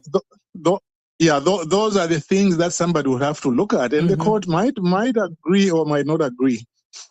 Also, the presumption of legality. Again, you're right. That is the legal principle which the court applies. They always assume that once a law is passed, that law is legal and binding until you can prove otherwise. Exactly, and that is a controversial thing, because some people say, well, look, okay, that is true in the sense that once it's done, you can only undo it by going to court. But you see, in Cayman also, we've got a provision, I think it's section 25 of the Constitution. It's called the duty to an interpretive obligation. What that provision says is that when a court or any public official is examining whether a particular law or whether anything done is discriminatory, if it appears that it's capable of two or more equal interpretations, it must lean towards preserving the fundamental right. Okay. That's what they have in section 25 of the Constitution. Do I have it here? Yeah. So that's what it says. Now, it hasn't been used much in the courts. I'm hoping to use it. I've got a Court of Appeal case coming up. I'm hoping to use it in relation to... You come in again? You at them again? I'm coming again on that one. But you know, Sabrina, the one that might really be more of an issue is that, from what I understand, this has been done by regulation, right? Yes. Yeah. From what I understand, I get. But hold on, I have a comment here from Mike Hoffman, and it's good because even though what I'm reading, but I love when my commenters share this. Mike Hoffman is saying there was a post online saying this wasn't about discrimination or legality, proposing that it was cruel to raise rates without revamping public transport for the working poor, and legislators, in knowing that it would affect the working poor and showing their indifference by not carving out a sliding scale exception was its own failure. Yeah, interesting comment. Exactly. Yeah, it's interesting comment because it's talking about is cruel, you know. Now I don't know if he means that it is cruel and unusual punishment which is protected under the Constitution. I don't know. I don't know that he's No, saying but that. now you understand where you have to prove certain things. And let's say you just Yeah. get a group that's want to test a system. You don't hear this being Mhm. used very often, but someone in the legal field, class Yeah. action lawsuit. How could Yeah. that tie in here? Everybody's nickel and dime adds up to do a big thing. Now, this is by no means, and for the purpose of those who may just be joining us, we're just talking about this because we're hearing the words against human rights, discrimination. We see where Mike is weighing in on it. That just puts it in a different light, which ties into what you caller is saying. So it only takes Yes. for one to challenge it. And when you have a very own attorney general saying, look, presumption of legality is the case until the judge says otherwise. It's up for persons to challenge if they so desire. If they desire. The only little caveat I should add to that is, whereas the presumption of legality exists and it's recognized, at the same time, it is also from the public service conscientious performance of duties aspect. Right. The Attorney General should not allow a matter to be legislated if he thinks that it is Exactly. unlawful. Exactly. Exactly. But once he has gone through his paces and they think that it is fine, then it can go forward, and then people can go and challenge it. But Right. let me mention what could be an issue. It's got nothing even to do with discrimination. Go You ahead. see, this is done through regulation. I'm looking at an article from the campus, which has got a link to the regulation. So it looks like it was done by regulation. The problem is this. Under the law, there's a difference between a tax and a fee. And there's a lot of case law on that. So a tax is something that you pay, and it is not connected to what you receive in government. For example, you can pay taxes today, which will be used for education, but you put no child in school. Okay, but it's a tax. But a fee is something which is related and must be commensurate in terms of value with the service you are getting from the government. Okay? So what might be an issue here would be to say, okay, since you've done it by regulation, you are suggesting that it is a fee, since regulations are not allowed to tax, but they are allowed to charge fees. And since fees are supposed to be roughly commensurate to the service you are receiving, how can you say that the same service is worth two different prices? Okay? I see. It's worth two different prices. So somebody who is paying, and the differences, I think you were just giving the figures. I have them on the screen. I have it on the screen. But if you're on, you have them on the screen. Yeah, yeah. Yeah, like 250 in some cases, and the foreigner will pay about 700 or so. Okay, if for a full driver's license of 10 years, Caymanian $250 and non-Caymanian $2,000, which is 8 times increased.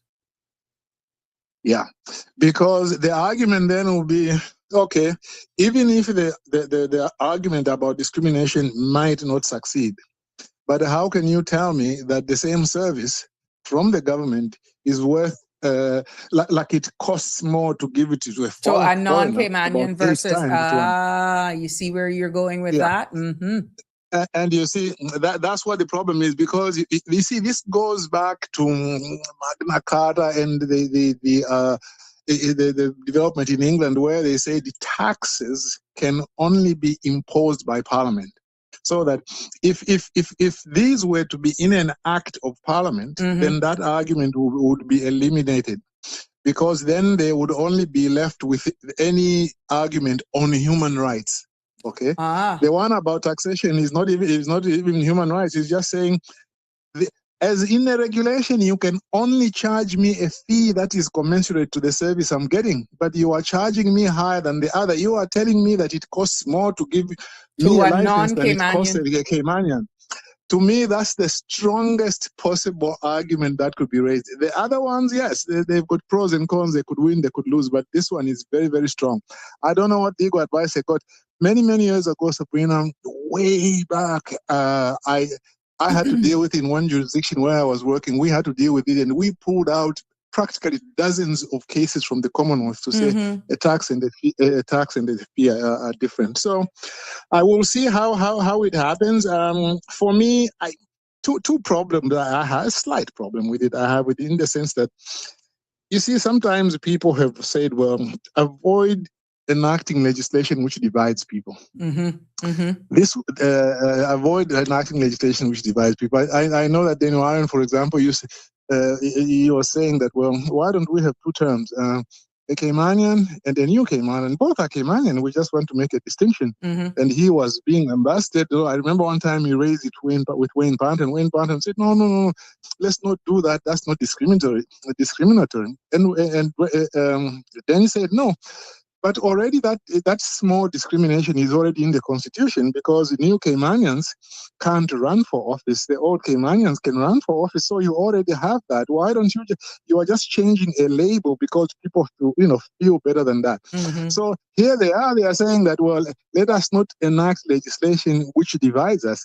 I don't agree that Denny's suggestion was dividing anybody. But this one is potentially able to divide. Perception matters. Perception matters in this case. Yeah. Yeah. But yes, but you see, I do also appreciate what you say, that since this is an attempt by the government to protect Caymanians, lighten the burden, to lighten their expenses and so on. This is the way they have chosen to respond to it. They said it. It's a part of their 2026-27 budget. I mean, they says this is what we're going to do for Caymanians, and this is what we're going to do for non-Caymanians. But there is a cost of living versus discrimination discussion as well that you could look at, because at the end of the day, cost of living policies, when you see legislation or governments take, to protect their citizens, manage inflation, adjust fees like we're seeing here, and generate revenue, support local social programs like what they did, whether or not you're feeling it directly or indirectly.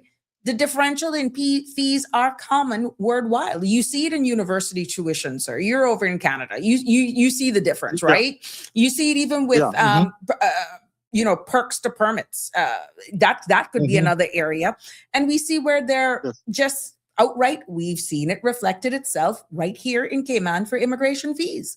So citizens will often pay less because it's their country and the government has to do that. But I can understand why some would feel that this is discriminatory in a way. Yeah. And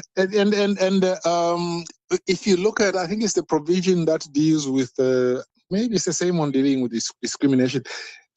Discrimination is allowed when you discriminate between foreigners and locals in relation to employment. Right. That is specifically, you are allowed to do that under the Constitution. So to protect your people. Exactly, to protect the people. Now, does that mean that that particular exception could extend to this? Maybe not, but we have to look carefully in the Constitution to see, because as you know, constitutions always have what they call derogations. They say, okay, the government can't do this, but it can do so if it's reasonably justifiable in a democratic society, in defense of public safety, public order, this and that, and so forth. And so all those provisions have to be examined to see exactly how this might play out. But at the end, as you say, once it has been done on a certain basis, you can only go to court and challenge it. I mean, the only thing that I have with sometimes, not necessarily in this case, but in some other cases, I do not think that it's the right attitude for the court, for the government to deliberately do something which they know is illegal, and then they say, well, if you don't like it, go to court. That I would disagree with. Now, I'm not saying that's what they've done here. No, understood. Okay? Yeah, understood. Not on this one. But there are some cases where they have done certain things and they frankly know that it's illegal, but they are just saying, well, who's going to challenge it anyway? But you can only accept that if you're able to identify it. And it's only now that we're having such public discussion at this level that persons are becoming more aware of some of the issues that you have been trying to describe for years. Denny has been trying to describe that it's only recently persons can now identify them. Because going back, and I knew Mike weighed in on this from a different perspective, But because the Mhm. word loosely is being used about discrimination, let's look at it from the perspective of the government, right? And looking at Yeah. it from the cost of living, which I kind of went into.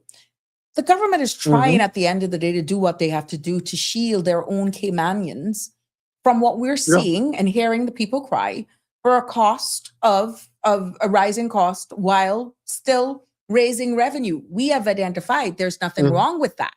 But there's a Mhm. discrimination argument that comes with that, sir. Because Mm. and I have to put this up here so when I speak, it makes sense. Because when you see it, it just makes sense. The discrimination Mhm. argument comes when the fee difference is so large that it feels Yeah. punitive in this case and disproportionately affects the non-Caymanian workers who are already facing high cost of living that we know at the end of the day, our economy Yeah. depends heavily on imported labor. And Yeah. as Hoffman said, where is the proper rollout public transport system? If you want to do this, and it goes right back to what you said, me and Mhm. you, I'm the Caymanian, you're the non-Caymanian. You want a 5-year license. I'm going in, joining the same queue. You ain't getting no VIP service. You're getting the same quality. You're not getting a chip license. You're not getting any bells and whistles. Mhm. I'm paying $125 and you're paying $1,000.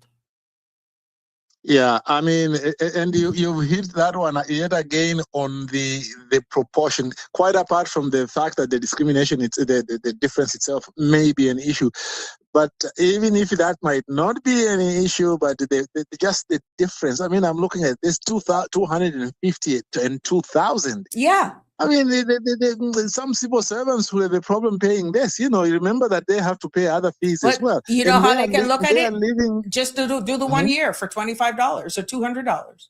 You have a choice. You don't have to go for Yeah. 5 years. You don't have to go for 10 years. Just do it per year then. But it's still a Yeah. difference of $25 versus 200.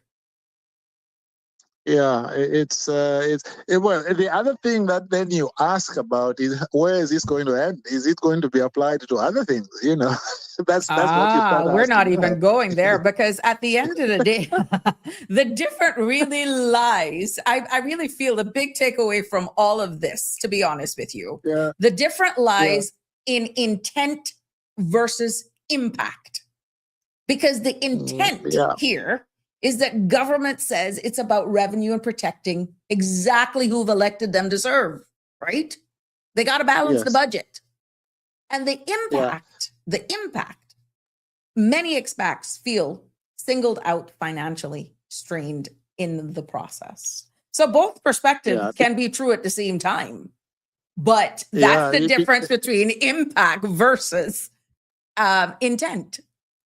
Exactly. And you see, at the end of the day, it will go down to, if you go to the section, right, the section under which the regulations are made. I haven't actually, I was involved in drafting the Traffic Act way back with Juliana and them when there was that big revision of tax legislation.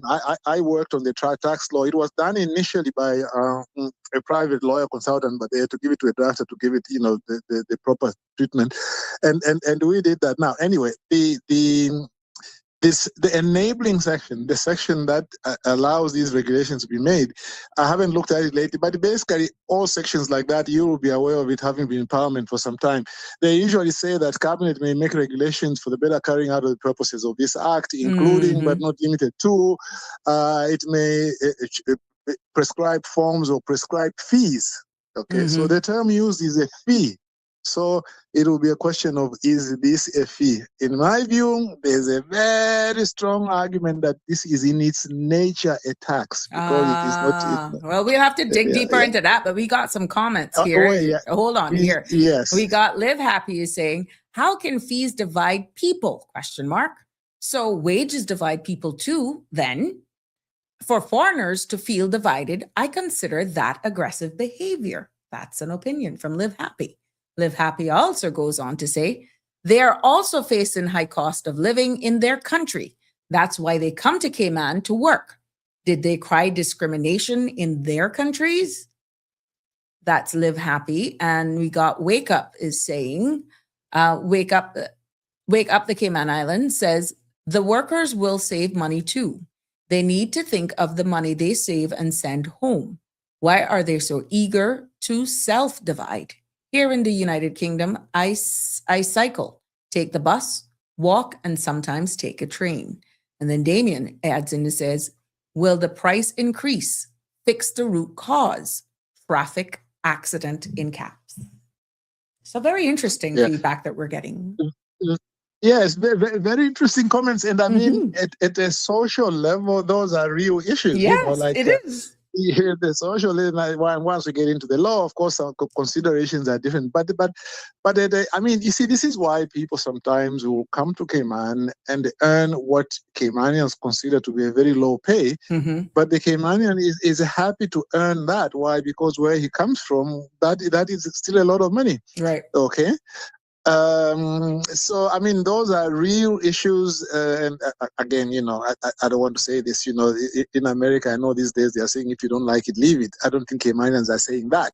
I think Caymanians are just trying to some, but not all. Some, but not all. Yeah, a few maybe. Yeah, a few. Yeah, but I think. But the majority are more just addressing the issue and saying, correct. Look, there might not be no legal issue here. Also, socially, this is an issue. You see, I tell you what, I every single day, I've been associated with Cayman since 2003 when I first came to Cayman, and every single day I learn something, because. You see, Caymanians have been through so much in terms of discrimination against them. True. Yeah, I have heard you say that over and over again, despite whatever you have already said it, that when you see the Caymanians lash out, it comes from it may feel as though they're ignorant, they're angry, but this is years on top of years of feeling that you've been abused, taken advantage of, this Cayman kind just being used out of context. And now we're finding the testicular fortitude and doing what we have to do. Then you think we give a crap how you feel about it? The government has said this is revenue measures. So you have always said that. You've identified that. You know what? This takes me back to a friend of mine in Cayman. He was telling me this. You remember the time when the Honorable Bernie Bush went to the director of license I think it was the fire service, and he came there and brought the new person who was going to be appointed and said, well, look, this is the new person who's going to be chief fire officer. And then he told them, his start. He said, look, this thing of looking down on Caymanians now is totally finished, and so on and so forth. And then he received backlash from his own government, the then Honorable Wayne Panton as premier, because they said he was interfering in the appointment of the chief fire officer. Now, he didn't interfere actually, because the process did take place.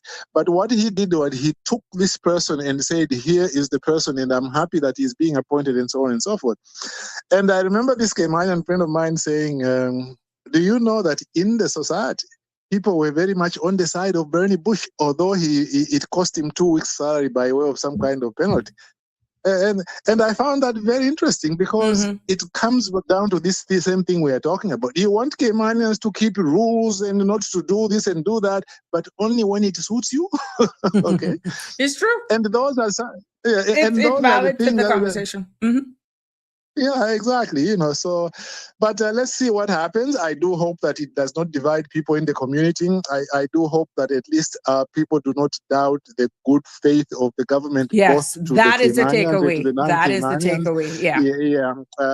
They are all trying to do a job which is very difficult, and I mean they've gone through this immigration matter, which is quieted down now. They are trying to do something, but if the discussion has to continue, let it continue, and then we'll see what happens. Yeah, at the end of the day, quite interesting. I got an anonymous Caymanian 04 saying, good evening. Apologies if this is unrelated to the topic, but it is concerning how much AI CMR uses. This has an immense environmental impact. Is CMR doing anything to offset impact? That's a whole different show. Because CMR environmental impact. I would like that to be explained, how they can prove that the AI in which CMR is using has an environmental impact. That this particular platform. Yeah, I can see where beyond my pay grade. yeah, that's okay. But I read it out. It's Mhm. quite interesting, but Yeah. just you commenting is actually impacting on that environmental impact. Yeah, so it's very interesting, but very good. Maybe we can take that up tomorrow. Well, maybe we can take that up tomorrow. Good discussion again, Sabrina. Always grateful for the opportunity to Yes. exchange with you and your listeners. Thanks Exactly. very much. Thank you. Have a good evening. Yeah. Okay, bye-bye. You too. Bye-bye. Take care. Yes, Anonymous came at 04. I see where data centers in China right now, their demand on these data centers are so much that they're actually burying their data centers in the ocean, which they are worried of what environmental impact that could cost. And even though it may look good, they're putting them in big capsules, waterproof capsules.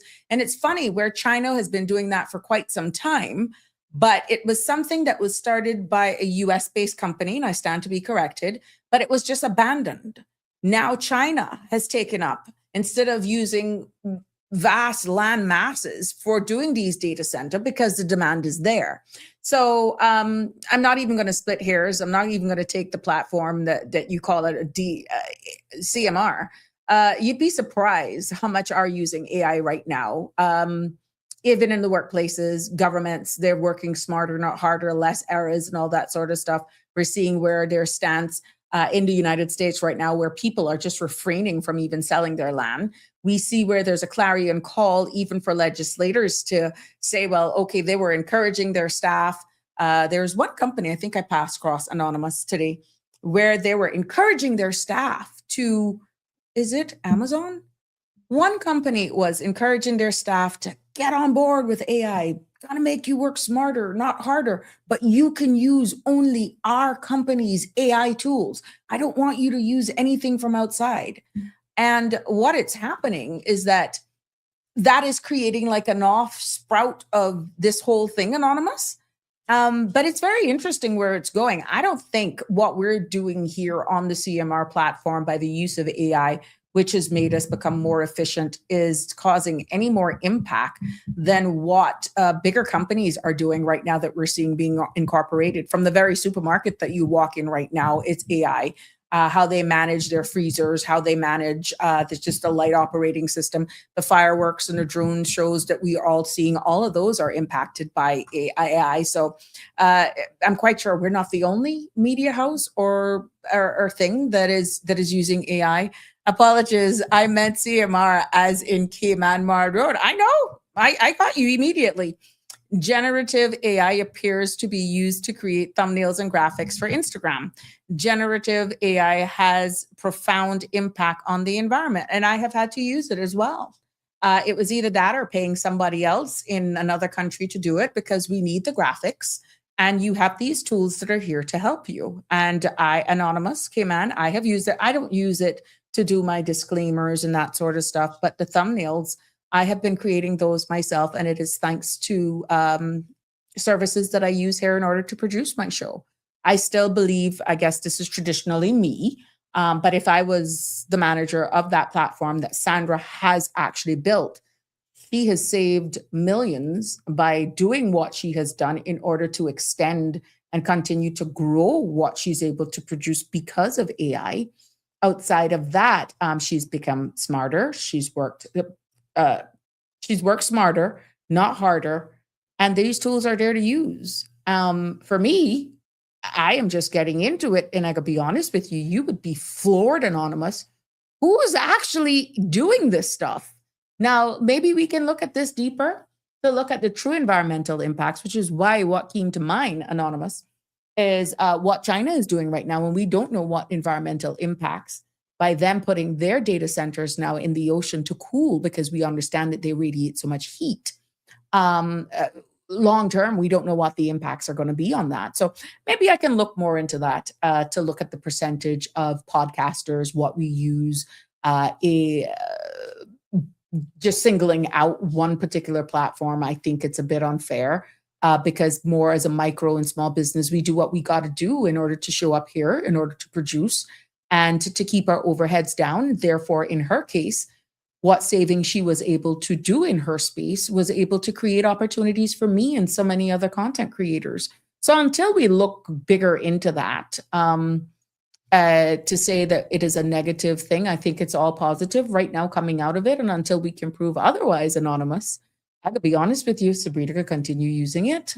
It is just the way of the world. But to say that we're not aware of the environmental impacts that it has based on what is out there in the public's domain, we are aware, but it's where we're headed. Damian Henry, the last comment that I'll take here for today before we're winding off on this episode of Sabrina Speaks. That device the individual is using, I can generate, is powered by AI. Yeah. So something is doing it behind the scenes. Whether or not you're doing it directly or indirectly, Anonymous, AI is hard at work, whether or not you know it. It has been a pleasure bringing you another episode of Sabrina Speaks right here on the CMR platform. I want to thank all of my commenters. I want to thank all my contributors. I want to thank the caller as well. And WhatsApp that we got, I was able to just cover that into our discussion and our feedback here. And looking forward to another episode of Sabrina Speaks tomorrow, where, like I said at the beginning, for those of you just joining us, for the next 2 weeks, what we're going to do almost like a freestyle thing. Of course, I'll have some topics. I'll be looking at commentary in our local media, maybe some from international as well, but hard-hitting stuff. And I welcome you. I welcome you to participate and call in. I want to hear from you as we continue to build this space here one episode at a time. You can see I got distracted here because of some media that's coming in. Please log on or keep it locked to the CMR platform for the latest in news, and definitely at the pace of light, thanks to AI, as we continue to grow here. Please do have a safe evening. Good night. God bless. Love you lots. See you tomorrow. That's a wrap for today's edition of Sabrina Speaks. Thank you for tuning in and for being part of the conversation. Remember, the dialogue doesn't stop here. Stay engaged, stay informed, and most importantly, stay empowered. We'll be back tomorrow at 5 p.m., same time, same place, right here on CMR TV and radio, where your voice matters and your truth is heard. Until then, K-Man, take care of yourself and each other. That's it for today's edition of Sabrina Speaks, where your voice matters, your story counts, and your truth is always welcome. Join us weekdays from 5 until 6:30 p.m. right here on CMR TV as we dive into the topics that matter most to you. Catch the show live or on demand at cmrtv.com. And don't forget to follow us on Facebook, YouTube, and Instagram so you never miss a moment. Until next time, stay informed, stay engaged, and always speak your truth.